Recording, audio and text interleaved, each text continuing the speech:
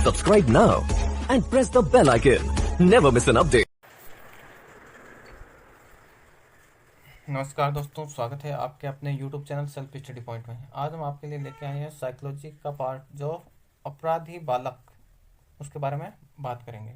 चलते हैं, स्टार्ट करते हैं। अपराधी बालक एवं अधिगम की कठिनाइयाँ, तो इसके बारे में आज बात करेंगे।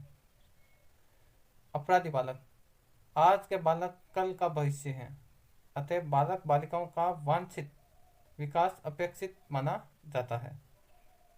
अपराधी बालक के बारे में कहा गया है, आज के बालक कल का भविष्य होते हैं तथा बालक बालिकाओं को वांछित विकास अपेक्षित माना जाता है। बालक बालिकाओं की वांछित आवश्यकताओं एवं इच्छाओं की पूर्ति कर उनका सर्वांगीण विकास करना चाहिए। जो बालक बालिकाएं होती हैं उनकी आवश्यकताओं एवं इच्छाओं की पूर्ति कर उनका सर्वांगीण विकास करना चाहिए। अगर बालक बालिकाओं की वांछित इच्छाएं व आवश्यकताओं को दबा दिया जाता है तो बालक बालिकाओं में विद्रोह की स्थिति उत्पन्न हो जाती है। अगर उनकी इच्छाओं व आवश्यकताओं को दबा दिया जाता है तो उनके विद्रोह की स्थिति उत्पन्न हो जाती है बच्चों के अंदर, तो उनकी इच्छाओं को दबाना नहीं चाहिए। बालक बालिकाओं की आवश्यकताओं की पूर्ति समयानुसार न होने पर बालक बालिकाओं विरोधी कार्य करने लगते हैं। अगर उन बालक बालिकाओं की आवश्यकता की पूर्ति अगर समय के अनुकूल न हो तो वो समाज विरोधी कार्य करने लग जाते हैं। बालक बालिकाओं को बाल अपराध से बचाने के लिए इनकी इच्छाओं एवं आवश्यकताओं की पूर्ति समाज, परिवार व विद्यालय में होनी चाहिए। जो बालक बालिका होती है वो बाल अपराध से बचाने के लिए इनकी इच्छाओं एवं आवश्यकताओं की पूर्ति समाज एवं परिवार एवं विद्यालय में होनी चाहिए। बाल अपराध से हास्य, क्या हास्य होता है बाल अपराध से?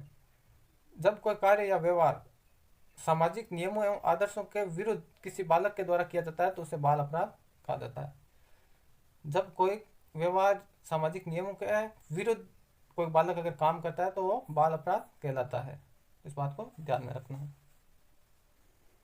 या हम कह सकते हैं सामाजिक नियमों के विरुद्ध कार्य करने की मानवीय प्रवृत्ति बाल अपराध कहलाती है। तो समाज के विरुद्ध कार्य करता है वो बाल अपराध में माना जाता है। सामाजिक नियमों का उल्लंघन करने को मानवीय प्रवृत्ति बाल अपराध कहलाती है, या इससे इस तरह समझ सकते हैं। अब नोट क्या है, बात करते हैं। किसी प्रौढ़ व्यक्ति द्वारा सामाजिक नियमों एवं कानूनों का उल्लंघन करना अपराध माना जाता है। जब कोई प्रौढ़ व्यक्ति होता है, 18 साल से ज़्यादा जो व्यक्ति होता है वो सामाजिक नियमों एवं कानूनों का उल्लंघन जो करता है, सामाजिक नियम और कानून का उल्लंघन करता है, वो अपराधी माना जाता है। सामान्य शब्दों में बात करें तो किशोरावस्था तक समाज विरोधी कार्यों की करना ही बाल अपराध कहलाता है।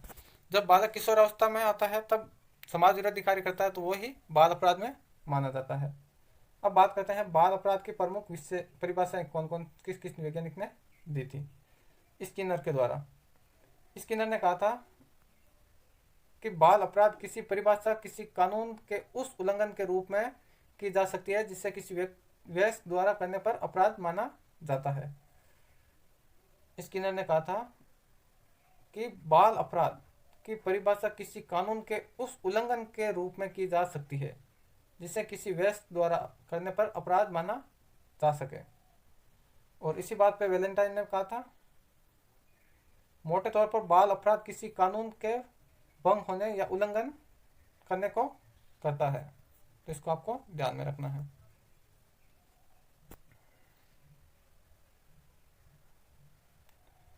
न्यूमेयर ने जो परिभाषा दी थी, बाल अपराध का अर्थ समाज विरोधी व्यवहार से है जो व्यक्तिगत या सामाजिक विघटन उत्पन्न करता है। बाल अपराध का अर्थ है समाज विरोधी व्यवहार करना, तो समाज के विरोध में व्यवहार करता है जो व्यक्तिगत या सामाजिक विघटन उत्पन्न करता है, उसको बाल अपराध कहा जाता है। हिली द्वारा जो परिभाषा दी गई थी वो इंपॉर्टेंट परिभाषा है। हिली ने कहा था, व्यवहार के सामाजिक नियमों के से विचलित होने पर बालक को बाल अपराध कहते हैं। व्यवहार के सामाजिक नियमों के विचलित, जो सामाजिक के नियम होते हैं उनसे जो विचलित होने पर बालक को बाल अपराध कहते हैं। उसके बाद आए थे क्लासमियर या गुडविन। इनके द्वारा कहा गया था, बाल अपराधी वह बालक होता है जो बार बार उस कार्य को दोहराता है जो दंडनीय माना जाता है, जिससे दंड का प्राप्त होती है। तो ये बात कही थी कार्ल स्मियर व गुडविन ने। अब बात करते हैं बाल अपराध के प्रकार, कौन कौन से प्रकार होते हैं। नंबर 1 की बात करते हैं चोरी करना। चोरी करने पर बालक को बाल अपराध में माना जाता है। झूठ बोलना, धोखा देना, लड़ाई झगड़ा करना, हत्या करना, धूम्रपान करना, किसी को चैलेंज करना या सार्वजनिक संपत्ति को नुकसान पहुंचाना, किसी से बदला लेना, आत्महत्या के लिए उकसाना, किसी को एक कारण ही पानी में धक्का देना, बिना टिकट यात्रा करना, मादक पदार्थों का सेवन करना, समलैंगिक भावना, विषमलैंगिक भावना, हस्तमैथुन करना। तो ये सब बाल अपराध के अंदर माने जाते हैं। या कार के शीशे तोड़ना, जेब काटना, आक्रमण कर देना, जानबूझकर किसी को परेशान करना, अनुचित भाषा का प्रयोग करना या गाली गलौज करना, तो ये सब बाल अपराध के अंदर माने जाते हैं। अब बात करते हैं जो इम्पोर्टेंट बात दी गई है। एलिस नामक मनोवैज्ञानिक ने लिखा था, अपराधी बालक बालिकाओं का अनुपात 80:20 होता है। 80:20 होता है। बालक 80 होते हैं और बालिकाएं 20, इनका रेशियो होता है। तो इस बात को ध्यान में रखना है। अपराधी बालक की विशेषता, अपराधी बालक की कौन कौन सी विशेषता है उसको देखते हैं। इनका अध्ययन में कम मन लगता है, पढ़ने के अंदर बिल्कुल भी इनका मन नहीं लगता है। इनकी स्थिति में औसत बालक से भी निम्न होती है, जो इनकी स्थिति औसत बालक से भी कम होती है। इन बालक बालिकाओं में धैर्य की कमी होती है, इनके अंदर धैर्य बिल्कुल भी नहीं होता। अपराधी बालक जिद्दी व साहसी होते हैं, जिद करते हैं हर चीज के लिए और साहसी होते हैं। ये बालक शीघ्र क्रोधित हो जाते हैं, जो ये बालक होते हैं वो शीघ्र ही क्रोधित हो जाते हैं। सदैव दूसरों को चुनौती देने के लिए तत्पर रहते हैं और समाज विरोधी कार्य करने पर में पीछे नहीं रहते हैं। ये माता पिता व शिक्षकों का कहना नहीं मानते हैं, सदैव दूसरों का विरोध करते हैं। इनकी शारीरिक संरचना अन्य बालकों से भिन्न होती है। इन बालकों के व्यवहार में व्याकुलता प्रकट होती है, संभोग में क्रूरता प्रकट करते हैं। यह बालक अपराध को अपना प्रतिष्ठित का सूचक मानते हैं, प्रतिष्ठ सूचक मानते हैं। तो इसके अंदर हमने देखा था इनके अध्ययन में कम मन लगता है, स्थिति औसत बालकों से निम्न होती है, धैर्य की कमी होती है, अपराधी बालक जिद्दी होते हैं और साहसी होते हैं, शीघ्र क्रोधित हो जाते हैं, सदैव दूसरों को चुनौती देते हैं, समाज विरोधी कार्य करने में पीछे नहीं रहते, माता पिता व शिक्षकों का कहना नहीं मानते, सदैव दूसरों का विरोध करते हैं। इनकी शारीरिक संरचना अन्य बालकों से भिन्न होती है। इन बालकों के व्यवहार में व्याकुलता प्रकट होती है, संभव में क्रूरता प्रकट करते हैं। ये बालक अपराध की अपनी प्रतिष्ठा का सूचक मानते हैं। अब बात करते हैं बाल अपराध के कारण, किस कारण से बालक बाल अपराध करता है। नंबर 1 पे बात करते हैं वंशक्रम, दूसरा है वातावरण, तीसरा है भग्न परिवार। नंबर 4 पे बात करें तो परिवार का वातावरण। नंबर 5 पे है निर्धनता गरीबी। नंबर 6 पे है अपराधी परिवार, तो पहले से ही ऐसा परिवार हो जो अपराध करता आता है। नंबर 7 पे बात करते हैं माता पिता का रुख। नंबर 8 पे बात करते हैं माता पिता को द्वारा सौतेला व्यवहार। नंबर 9 पे बात करते हैं परिवार के सदस्यों की संख्या अधिक। नंबर 10 पे माता पिता की नौकरी। नंबर 11 पे अपराधी लोगों का संरक्षण। और नंबर 12 पे बात करते हैं तो चलचित्र पर नग्न प्रदर्शन करना। तो इनकी ये विशेषता देखी जाती है। अब बात करते हैं अधिगम निर्योग्यता, अधिगम की प्रमुख कठिनाइयां और अधिगम विकार। तो नंबर 1 पे बात करते हैं मेनिया। मेनिया क्या होता है, कभी उत्तेजना, कभी विषाद, कभी खुशी, कभी गम जैसी भावना आती है तो उसे मेनिया कहा जाता है। फोबिया का मतलब होता है डर, अत्यधिक अकारण अत्यधिक भय, बहुत ज्यादा डर लगना। बालक बालिका जब किसी वस्तु के संदर्भ में अकारण या अचानक बैठ जाता है तो उसे फोबिया कहते हैं, जिसमें व्यक्ति डरता है। ऊंचाई से हो सकता है डर, पानी से, अंधेरे से डरना, पढ़ाई से डरना, प्रियदर से डरना। तो ये सब फोबिया के अंदर है। तो फोबिया का मतलब क्या होता है, डर होता है। तो इसको ध्यान में रखना है। अब बात करते हैं OCD, ऑब्सेसिव कंपल्सिव डिसऑर्डर। इसके अंदर क्या होता है, मस्तिष्क से किसी विचार का न हटना, मस्तिष्क में एक विचार अगर बैठ जाता है तो वो बैठ जाता है, वो हटता नहीं है, जिसे ओसीडी कहा जाता है। उसके बाद नंबर 4 पे सिजोफ्रेनिया। यह होती है शक की बीमारी, जो वहम होता है, वहम और शक की बीमारी, सिजोफ्रेनिया। इससे मनोविकार में बालक अपनी वास्तविक स्थिति से परे रहता है एवं उसे धरातल पर आभास तक नहीं होता। इस विकार मनोविकार में व्यक्ति स्वयं शहंशाह समझता है, जिसे सिजोफ्रेनिया कहा जाता है। तो इसको ध्यान में रखना है। मिथोमेनिया। मिथोमेनिया मनोविज्ञान के इस मनोविकार में बालक व्यक्ति झूठ बोलते हैं तथा उन्हें अपनी झूठी प्रशंसा सुनना अच्छा लगता है। यह होता है मिथोमेनिया। इसके अंदर बालक को अपनी झूठी प्रशंसा सुनना अच्छा लगता है। पेरासोमना या पेरासोमेनिया, ये नींद में चलने वाले विकार होते हैं। जो नींद के अंदर चलते हैं उसको पेरासोमेनिया कहा जाता है। इस विकार में व्यक्ति रात को नींद में इधर उधर निकल जाता है एवं चलता रहता है। नींद में चलने वाली बीमारी भी कहा जाता है इसे। इग्नेशिया। इस विकार में प्राय व्यक्ति किसी स्मृति में लुप्त हो जाता है। कोई भी स्मृति होती है उसमें लुप्त हो जाता है, पुरानी यादों में। इसमें व्यक्ति अपनी यादाश्त खो बैठता है तथा बीच बीच में यादाश्त पुनः आ जाती है, जैसे गजनी का आमिर खान, जैसे उस मूवी में बताया गया था। इस प्रकार की इसके अंदर इग्नेशिया में बीमारी होती है। अब बात करते हैं पैराफीलिया। ये एक यौन संबंधी विकार है। ये एक यौन संबंधी विकार है, एक बालक बालिका दोनों में पाया जाता है। इस विकार में यौन अंग अधिक सक्रिय हो जाते हैं, उनके अंदर उत्तेजना जो होती है वो बहुत ज़्यादा बढ़ जाती है, जिसे पैराफीलिया कहा जाता है। अब बात करते हैं डिस्मोर्फिया। डिस्मोर्फिया है शारीरिक विकास का भ्रम होना। इस विकार में शरीर के अंगों में परिवर्तन का भ्रम होता है, जिसे डिस्मोर्फिया कहा जाता है। उनको ऐसा लगने लगता है ये मेरा सबसे अच्छा अंग होता है, और वो उनको सुंदरता, मतलब लड़कियों को लगने लगता है कि मेरे से सुंदर कोई नहीं। वो भी है डिस्मोर्फिया की ही बीमारी होती है। एसेफिया। एसेफिया के अंदर सुनी हुई भाषा को ग्रहण करने में, उसे सीखने में कठिनाई का अनुभव होता है।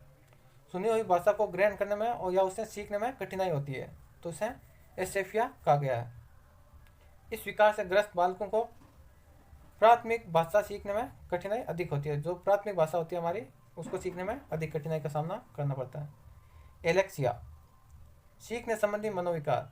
इस विकार में बालक को अपनी विषय वस्तु को सीखने में कठिनाई का अनुभव होता है। जो अपनी विषय वस्तु होती है उनको सीखने में कठिनाई के लिए एलेक्सिया कहा जाता है। अब बात करते हैं नंबर 12 पे, ADSD. ADSD attention defect hyper disorder. Attention defect hyper disorder, यह होता है ध्यान केंद्र नहीं कर पाने वाला विकार। जो कोई भी वस्तु या हम पढ़ते हैं उस पर ध्यान केंद्र नहीं कर पाते, तो अनेक बालकों में यह देखा जाता है, जिसे अटेंशन डिफेक्ट हाइपर डिसऑर्डर कहा जाता है। तो हम बात कर रहे थे अपराधी बालक में, आगे बात करते हैं। इससे मनोविकार में बालक अपना ध्यान किसी भी एक वस्तु पर केंद्रित नहीं कर पाता है। इस विकार में ग्रस्त बालक में भग्नाशा की भावना अधिक पाई जाती है। इस विकार से ग्रस्त बालक निराशावादी अधिक होते हैं तथा इनका मन बड़ा विचलित और स्थिर नहीं रहता है, तो ध्यान रखना इस बात। और नंबर 13 पे बात करते हैं एनोरेक्सिया। एनोरेक्सिया नर्सोवा। इसके अंदर क्या होता है, ये एक प्रकार का भोजन संबंधी विकार है। इसमें वजन बढ़ने की दर से खाना छोड़ दिया जाता है। जैसे ही व्यक्ति का वजन बढ़ने लगता है तो वो खाना छोड़ देता है। यह मनोविकार बालक की अपेक्षा बालिकाओं में सर्वाधिक पाया जाता है। यह महिलाओं में या बालिकाओं में सबसे ज़्यादा पाया जाता है, एनोरेक्सिया नर्सोवा। अब आगे का बात करते हैं बुलिमिया नर्सोवा। इसके अंदर क्या होता है, ये भी एक भोजन संबंधी विकार है, जिसमें वजन बढ़ने के लिए आवश्यकता से अधिक खा लिया जाता है। यह बालिकाओं की अपेक्षा बालकों में अधिक हो जाता है। तो इसके अंदर क्या होता है, भोजन संबंधी विकार होता है जिससे वजन बढ़ने के लिए आवश्यकता से अधिक खा लिया जाता है। यह बालकों में अधिक होता है। अब नंबर 15 पे बात करते हैं स्वलीनता या ऑटिज्म। यह इंपॉर्टेंट है, इसका ध्यान रखना ऑटिज्म का। स्वयं में खोए रहने की प्रवृत्ति बाल्य अवस्था में सर्वाधिक होती है। ये अपने आप में ही खोए रहते हैं, तो ये बाल्य अवस्था के अंदर सर्वाधिक होती है। अब नंबर 16 पे बात करते हैं हाइड्रोटोनिया। इस विकार में शरीर के अंग मस्तिष्क के निर्देशों का पालन उचित ढंग से नहीं कर पाते हैं। इस विकार में शरीर के अंग होते हैं वो मस्तिष्क के निर्देशों का पालन उचित ढंग से नहीं कर पाते हैं, इसे हाइड्रोटोनिया कहा जाता है। और नंबर 17 पे बात करते हैं एफजिया। एफेजिया क्या होता है? इस बालक बालिकाओं को मौखिक रूप से सीखने में कठिनाई का अनुभव होता है। एफेजिया के अंदर मौखिक रूप से सीखने में कठिनाई का सामना करना पड़ता है। नंबर 18 पर डिस्फेजिया। इस विकार में लिखने, बोलने व सुनने संबंधी समस्याओं का उत्पन्न होता है। डिस्फेजिया के अंदर लिखने, बोलने और सुनने संबंधी समस्याएं उत्पन्न होती है। ये मातृभाषा या प्राथमिक भाषा सीखने में कठिनाई उत्पन्न करने का विकार है। तो अपनी मातृभाषा या प्राथमिक भाषा बोलते हैं वो भी नहीं बोल पाते इस विकार के अंदर, इसे डिस्फेजिया कहा जाता है। अब नंबर 19 पे बात करते हैं अग्रफेजिया। इसमें द्वितीय भाषा सीखने में कठिनाई का अनुभव करना। जो द्वितीय भाषा अंग्रेजी या संस्कृत, ये सेकेंड लैंग्वेज जो होती है, उनको सीखने में कठिनाई होती है। अंग्रेजी का ज्ञान पूर्ण न होना, इसके अंदर विकार उत्पन्न होता है। अब नंबर 20 पे बात करते हैं डिसएग्रीफिया। डिसएग्रीफिया ये एक लेखन संबंधी विकार, जो लिखने से संबंधित विकार। इसमें बालक को अक्सर लिखने में संबंधित समस्याओं का सामना करना पड़ता है। जैसे एम को डब्ल्यू लिख देता है, बी को इस तरह की आकृति में लिख देता है, डी को उल्टा लिख देता है। तो इस प्रकार की समस्याएं देखने को मिलती है, जिसे डिसग्रेफिया कहा जाता है। अब बात करते हैं डिसलेक्सिया। ये इंपॉर्टेंट है, इसका ध्यान रखना आपको। ये एक वाचन या पढ़ने संबंधी विकार होता है, जो पढ़ने से संबंधित है। जैसे एलेक्सिया, इसमें बालक उच्चारण नहीं कर पाता है। टॉक लिखकर टाक बोलते हैं इसको, तो बोलने से संबंधित, वाचन से संबंधित इसमें विकार उत्पन्न होता है। यह होता है डिस्कैलकुलिया। इसके अंदर गणना, जोड़ बाकी जो गणना होती है उससे संबंधित विकार उत्पन्न होते हैं। ये एक गणना संबंधी विकार है। इसमें बालक अंगों का योग पूर्ण रूप से नहीं कर पाता है। डिस्प्रेक्सिया, इसमें गणना, लेखन व वाचन संबंधी दोष बालक बालिकाओं में उत्पन्न, तीनों प्रकार के गणना, लेखन और वाचन। इस विकार से भाषा कौशल अधिक प्रभावी होती है, तो इसको ध्यान में रखना है। और हमारे चैनल को लाइक करें, शेयर करें और सब्सक्राइब करना बिल्कुल ना भूलें। धन्यवाद। Subscribe now and press the bell icon. Subscribe now and press the bell icon. Never miss an update.